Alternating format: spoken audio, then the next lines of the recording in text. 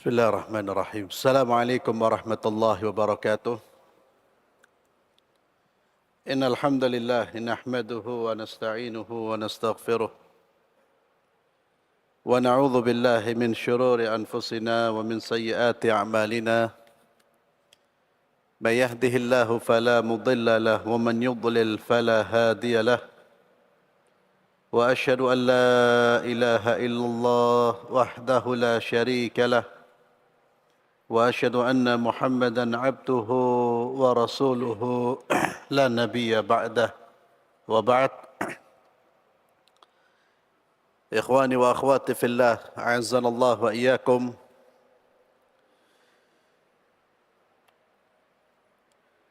Malam hari ini kita akan membahas tentang fitnatul qabri wa su'alul malakain. Ujian di alam kubur dan pertanyaan dua malaikat. Meyakini bahwa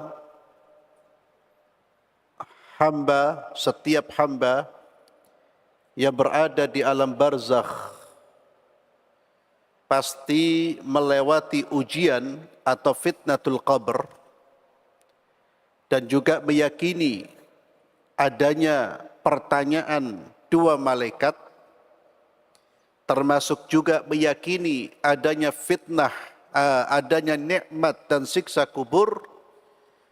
Itu semuanya merupakan keyakinan yang wajib diyakini dan sudah menjadi kesepakatan para ulama ahli sunnah wal jamaah. Salah satu prinsip yang harus diyakini yaitu adanya fitnah atau ujian di alam kubur, dan juga adanya pertanyaan malaikat serta nikmat dan azab. Dan ini keyakinan ini bagian dari keimanan kita kepada hari akhir. Siapa yang tidak beriman adanya siksa atau nikmat di alam kubur, berarti dia belum beriman kepada hari akhir. Jadi sudah menjadi satu paket keimanan kepada atau keimanan adanya, keimanan terkait dengan adanya siksa, nikmat, pertanyaan di alam kubur, itu sudah masuk dari bagian iman kepada yaumul akhir. Ini perlu ditekankan karena di era sekarang ini, kalau antum memperhatikan atau mendengar ceramah yang terkait dengan masalah keislaman,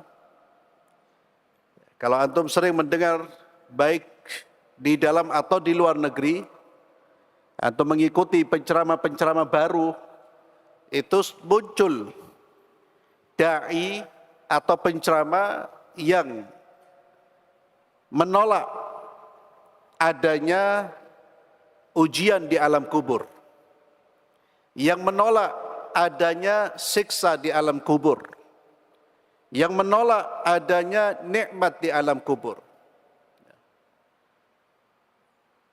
Saya beberapa waktu yang lalu dari media sosial itu saya menemukan satu video seorang dokter, dan pengikutnya banyak, bukan di Indonesia.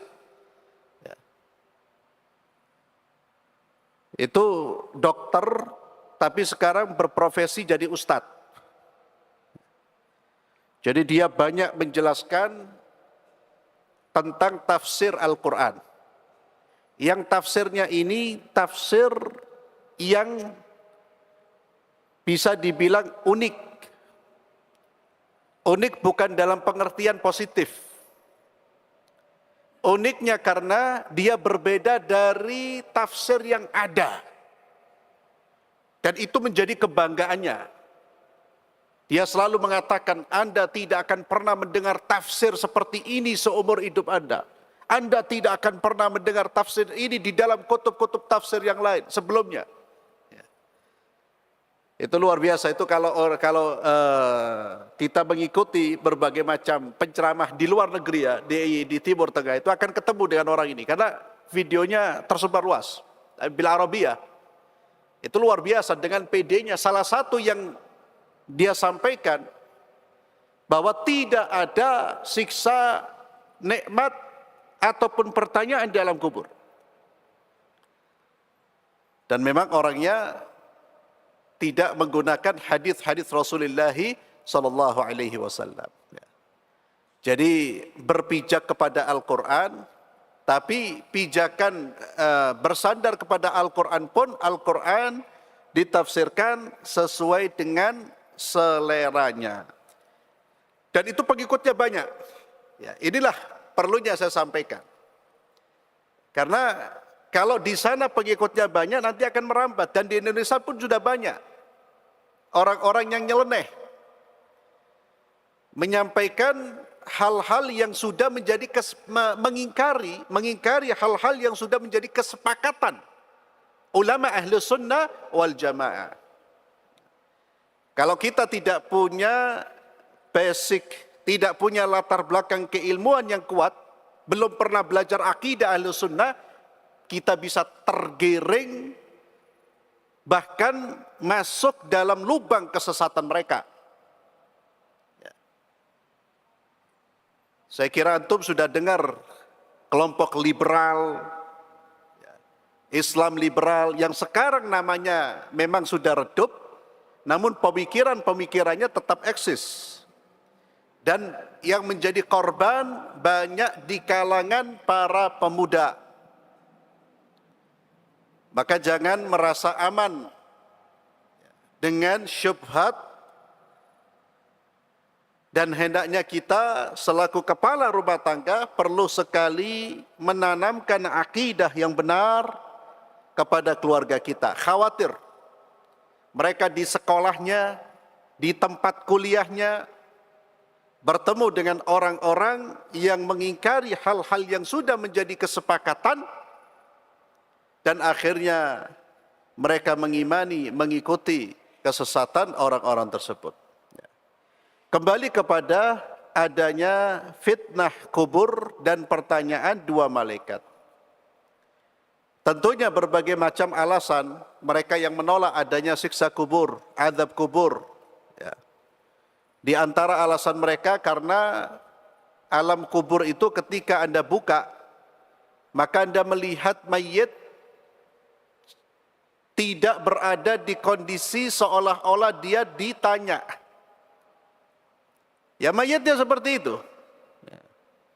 Ya, itu salah satu alasan, dan itu menunjukkan kelemahan iman sekaligus kebodohan. Ya. Kenapa bodoh? Ya karena dia menyamakan alam barzakh dengan alam dunia. Dan itu tidak logis menyamakan itu menunjukkan lemahnya akal fikiran. Dan menunjukkan lemahnya iman, bahkan bisa menghilangkan imannya. Karena seharusnya seorang mukmin itu meyakini apa yang diinformasikan oleh Allah dan Rasulnya dengan keyakinan yang pasti, dan dia wajib membenarkan sekalipun panca inderanya belum mampu menangkap kebenaran tersebut. Iman itu keyakinan, pembenaran, bukan menggunakan logika, tapi menggunakan keyakinan, hati. Banyak sekali ayat atau banyak dalil yang terkait dengan fitnah kubur dan pertanyaan dua malaikat. Di antaranya apa diinformasikan oleh Rasulullah sallallahu alaihi wasallam di dalam hadis-hadis yang sahih bahwa manusia akan diuji di kuburnya. Seorang hamba akan ditanya, man rabbuk? wa ma dinuk wa man nabiyyuk. Siapa Tuhanmu, apa agamamu, dan siapa nabimu? Fayaqulul mu'min, orang mukmin dia akan berjawab, Rabbi Allah, Tuhanku adalah Allah, wal islamu dini, Islam sebagai agamaku, Islam adalah agamaku, wa Muhammad sallallahu alaihi wasallam nabiyyi, dan Muhammad adalah nabiku. Wa ammal murtab fayaqulu la adri sami'tu an-nasa yaquluna syai'an faqultuhu fayudrab wa yu'adzab. Adapun orang yang ragu di alam barzakh, dia tidak akan mampu menjawab pertanyaan tersebut. Dia hanya bisa mengatakan la adri, saya tidak tahu, saya tidak tahu. Sami'tu an-nasa yaquluna syai'an faqultuhu. Saya mendengar manusia mengucapkan kata-kata tersebut, saya pun ikut mengucapkannya. Maka dia pun dipukul dan disiksa. Perhatikan ma'asyiral muslimin. Orang yang di dunia, dia pernah mengucapkan tentang Allah, Nabi Muhammad, agama Islam, dia ucapkan. Dia mengatakan, sami'tu an-nasa yaquluna syai'an faqultuhu. Dia mengucapkan itu. Tapi di alam barzakh dia hanya mengatakan la adri, la adri. Karena kemampuan menjawab di alam barzakh itu sesuai dengan sikap dan perilaku terhadap kalimat-kalimat yang dia ucapkan di dunia. Bukan dengan teori atau hafalan. Kemampuan kita menjawab di alam barzakh itu sesuai dengan sikap kita, perilaku kita. Apakah sejalan dengan prinsip yang kita ucapkan, Allahu Rabbi, Islamu dini, Muhammad sallallahu alaihi wasallam nabiyyi wa rasuli. Apakah perilaku kita sejalan dengan ucapan itu? Kalau sejalan, kita akan mudah mengucapkannya. Namun jika tidak sejalan, lisan mengucapkan tapi perilaku menentang apa yang dia ucapkan, maka dia akan berakibat seperti orang ini. Dia akan mengatakan la adri, la adri. Maka ucapan raditu billahi rabba wa bil islami dina wa bi Muhammadin sallallahu alaihi wasallam nabiyyan wa rasula, yang kita dianjurkan mengucapkannya setiap pagi dan sore, karena termasuk zikir pagi dan sore yang disunnahkan kita untuk membacanya. Namun ma'asyiral muslimin, ucapan tersebut jadikan slogan dalam hidup kita, slogan yang menjadi arahan prinsip perilaku dan tindakan kita. Ketika kita mengucapkan Rabbi Allah, Allah Tuhanku, maka letakkan hati kita di tempat yang diridhai oleh Allah. Arahkan hati kita menuju Allah. Jadikan Allah segala-galanya yang kita sembah, yang kita patuhi, yang kita taati. Itu adalah kejujuran ucapan Rabbi Allah. Berbeda dengan orang yang mengucapkan Rabbi Allah, tapi di luar dia menuhankan selain Allah. Dia menyekutukan Allah. Hatinya berpaling dari Allah, justru menghadap kepada manusia. Demikian pula ketika kita mengucapkan agamaku Islam, tunjukkan bahwa Islam sebagai agamaku, tuntunanku. Islam satu-satunya agama yang saya patuhi, saya tunduk. Wa bi Muhammad SAW nabiyyan, tunjukkan sikap bahwa kita adalah umatnya Muhammad SAW. Bukan umatnya si fulan wala si allan. Bukan umatnya tokoh fulan, tokoh allan. Pemimpin kita wahid, Muhammad SAW. Siapa yang mengikuti Muhammad sallallahu alaihi wasallam, dia adalah orang yang bersama dengan saya. Siapa yang menyelisihi, menyimpang, menentang Muhammad sallallahu alaihi wasallam, nahnu bura'a'u minhu. Jadi sikap perilaku yang nanti di alam kubur itu membuat kita mudah mengucapkan. Karena jawaban itu bukan melalui hafalan. Orang kafir, orang munafik di dunia bisa mereka mengucapkan, bisa mereka menjawab. Kalau ditanya di dunia umpamanya, nabimu siapa? Munafik umpamanya. Munafik itu kan yang pura-pura masuk Islam, hatinya tidak senang dengan Islam, tapi zahirnya Islam. Tanya, siapa nabimu? Kamu Muslim, siapa nabimu? Muhammad. Apa agamamu? Islam. Tapi ketika di alam kubur, la adri, la adri. Di dalam hadis Nabi Muhammad sallallahu alaihi wasallam, "Ma min syai' lam akun urituhu illa ra'aituhu fi maqami hatta al-jannah wan nar. Fa uhiya ilayya annakum tuftanuna fi kuburikum." Kata Nabi SAW, tidak sesuatu pun yang belum pernah kulihat, melainkan pasti kulihat saat aku berdiri sekarang ini. Yakni Nabi diperlihatkan oleh Allah segala sesuatu, bahkan syurga dan neraka. Dan ketika Nabi Muhammad SAW melihat syurga dan neraka, beliau mengatakan, "Wallahi law ta'lamuna ma a'lamu, la dhahiktum qalila wa la bakaitum katsira." Demi Allah, kalau seandainya kalian melihat apa yang aku lihat, la dhahiktum qalila, kalian akan sedikit tertawa dan kalian akan banyak menangis. Kalau kalian melihat apa yang aku lihat. Nabi diperlihatkan syurga, Nabi diperlihatkan neraka. Kemudian kata Nabi, "Fa uhiya ilayya annakum tuftanuna fi kuburikum." Dan telah diwahyukan kepadaku, kalian akan diuji di alam kubur kalian. Seperti atau hampir sama dengan ujian Al-Masihud Dajjal.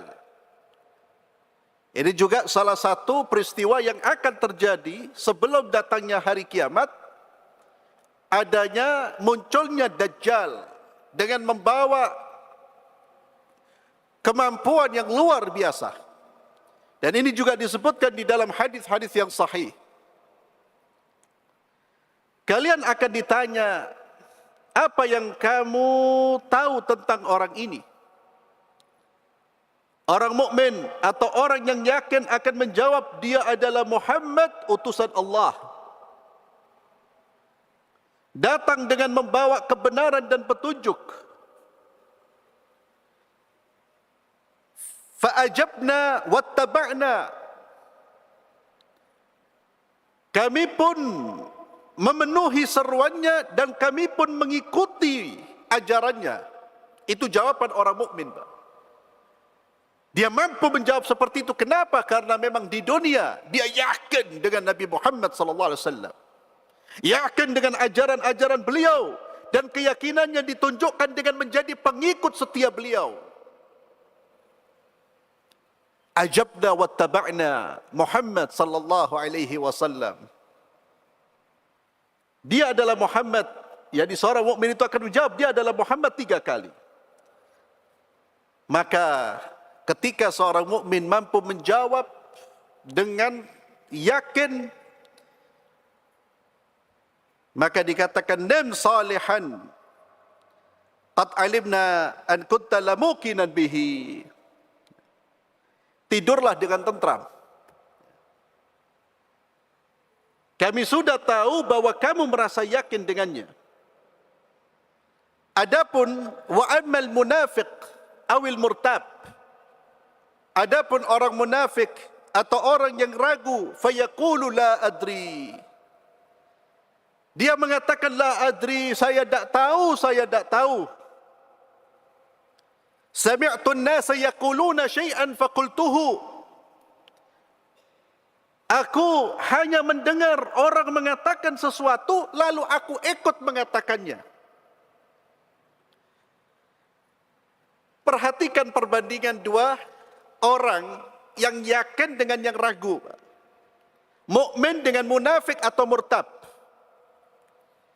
Perhatikan, yang mukmin apa?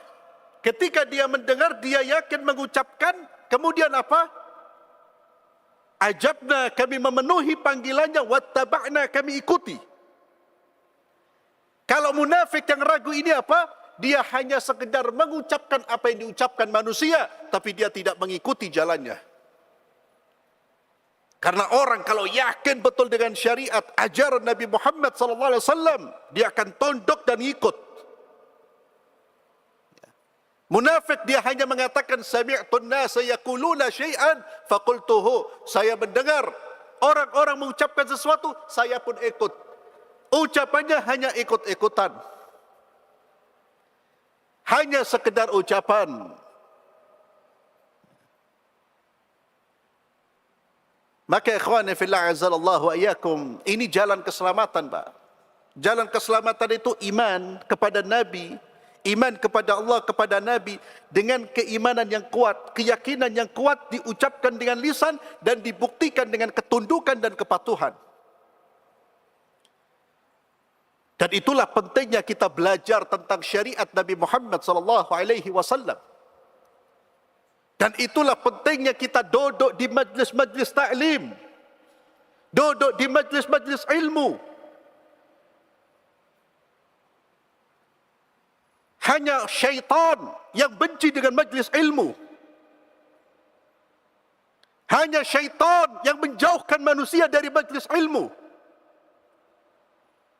Tidak mungkin seorang mukmin dia berbicara meremehkan majlis ilmu, majlis ta'lim, la yumkin abadan. Bahkan wanita-wanita kita ajak untuk duduk, Pak. Karena kita lihat berbagai macam penyimpangan dan lemahnya akidah di sebagian kaum muslimin, termasuk wanita-wanita kita.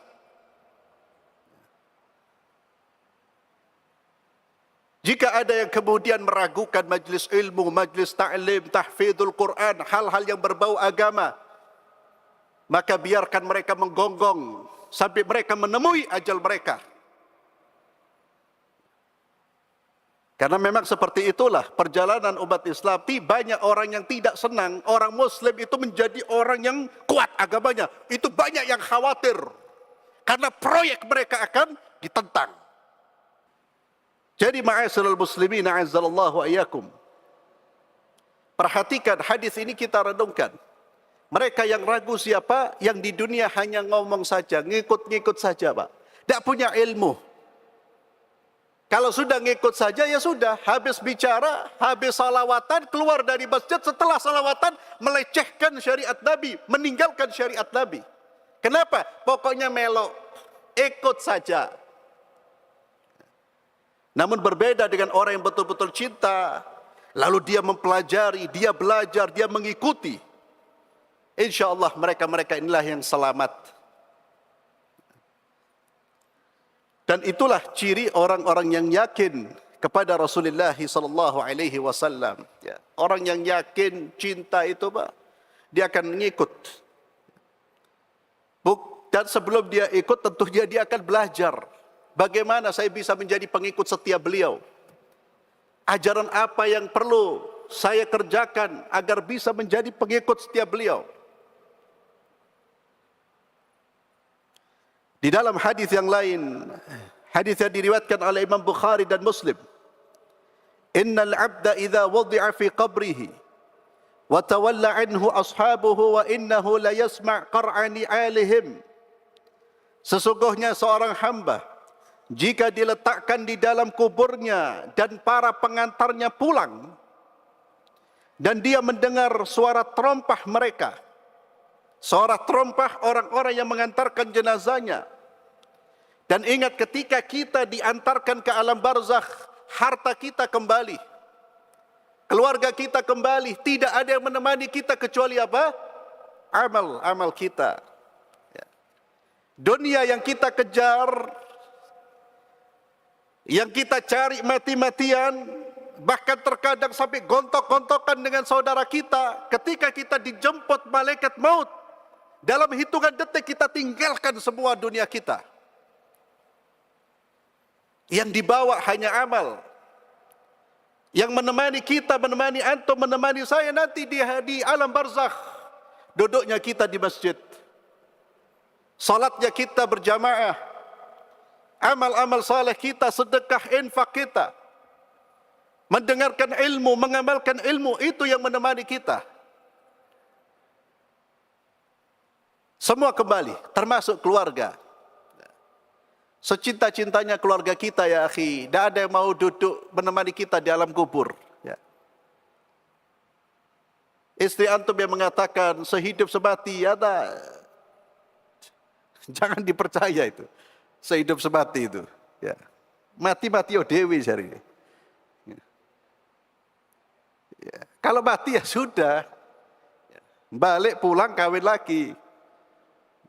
Ya hakada, dan itu wajar. Demikian dunia semua akan meninggalkan kita. Dunia akan meninggalkan kita. Apa yang kita miliki dan itu semata-mata dunia pasti akan meninggalkan kita. Namun segala sesuatu yang kita miliki karena Allah, maka itulah yang akan kekal menemani kita.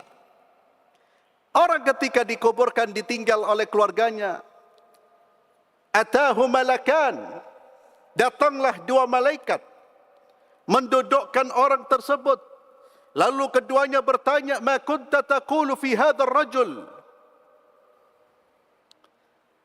Fa amma al-mu'min fayaqulu asyhadu annahu Abdullah wa rasuluh. Ketika dia ditanya, salah satu pertanyaannya tentang Nabi kita Muhammad SAW, apa yang kamu ucapkan? Bagaimana pendapatmu tentang rajul ini, Muhammad ini? Seorang mukmin dengan yakin dia akan menjawab, fa innahu Abdullah wa rasuluh. Dia adalah hambanya Allah dan utusan Allah. Fayuqalu lahu unzur ila maq'adika minan nar qad abdalaka Allah bihi maq'adan minal jannah. Fayarahuma jami'a. Lihatlah tempat dudukmu. Ketika dia selesai menjawab, maka dikatakan kepadanya, lihatlah tempat dudukmu di neraka. Telah Allah gantikan dengan tempat dudukmu di syurga. Dan orang itu melihat kedua tempat tersebut. Tempat duduknya di neraka diganti. Yakni betapa bahagianya ikhwani fillah. Betapa bahagianya ketika seseorang melihat syurga dan ditempatkan di syurga. Dan pada saat yang sama dia melihat bagaimana tersiksanya, bagaimana dahsyatnya neraka. Unzur ila maq'adika minan nar qad abdalaka Allahu bi maq'ada minal jannah fayarahuma jami'an. Qala Qatada wa dzukira lana annahu yufsah lahu fi qabrih. Qatada mengatakan Rasulullah sallallahu alaihi wasallam menjelaskan bahwa orang yang beriman itu kuburnya diluaskan 70 hasta dan dipenuhi dengan hijau-hijauan, wa yumla alaihi khadiran ila yaumi yub'atsun. Naam. Dan dipenuhi dengan hijau-hijauan, yakni sesuatu yang enak dipandang, nikmat hingga hari kebangkitan. Kuburannya diperluas, bukan secara fisik. Kuburan yang bisa dirasakan oleh mayit yang berada di alam lain, bukan alam dunia. Kalau alam dunia ya tetap seperti itu. Di alam lain, di alam barzakh dia merasakan keluasan, diperlihatkan keindahan. Itu salah satu ketenangan, kenikmatan yang mereka rasakan. Melihat syurga, melihat syurga itu adalah kenikmatan yang luar biasa. Sehingga seorang mukmin dia pun meminta kepada Allah ketika di alam barzakh, ya Allah segerakan kiamat. Adapun orang munafik wal kafir, maka ketika ditanyakan kepada mereka, ma kunta taqulu fi hadzal rajul? apa yang kamu ucapkan terkait dengan orang ini? Mereka menjawab, la adri, kuntu aqulu ma yaqulun nas. Saya tidak tahu. Dulu saya hanya mengucapkan apa yang diucapkan oleh manusia. Fayuqalu la daraita wa la talaita wa yudrab bimatariq min hadid darbatan fayasihu sayhatan yasma'uha man yali ghaira thaqalain. Maka ketika dia mengatakan tidak tahu, malaikat berkata kepadanya, kamu tidak tahu dan kamu tidak mau membaca, kamu tidak mau mengikuti, tidak peduli. Maka dipukullah dengan palu besi, dengan pukulan yang membuatnya menjerit, yang jeritannya dapat didengar oleh apa-apa yang ada di sekitarnya kecuali jin dan manusia. Jin manusia tidak akan mendengar azab kubur. Kata Nabi SAW, kalau jin atau manusia mendengarkan azab kubur, mereka tidak akan bisa hidup tenang di dunia. Jadi suara azab itu membuat orang akan gila hidup di dunia, tidak akan tenang hidupnya. Begitu dahsyatnya. Oleh karena itu rahmatnya Allah, maka Allah menjadikan telinga kita tidak mampu mendengar apa yang terjadi di alam barzakh. InsyaAllah kita lanjutkan pada pertemuan berikutnya. Kita tutup dengan doa kafaratul majlis. Subhanakallahumma bihamdik, asyhadu an la ilaha illa anta, astaghfiruka wa atubu ilaik. Assalamualaikum warahmatullahi wabarakatuh.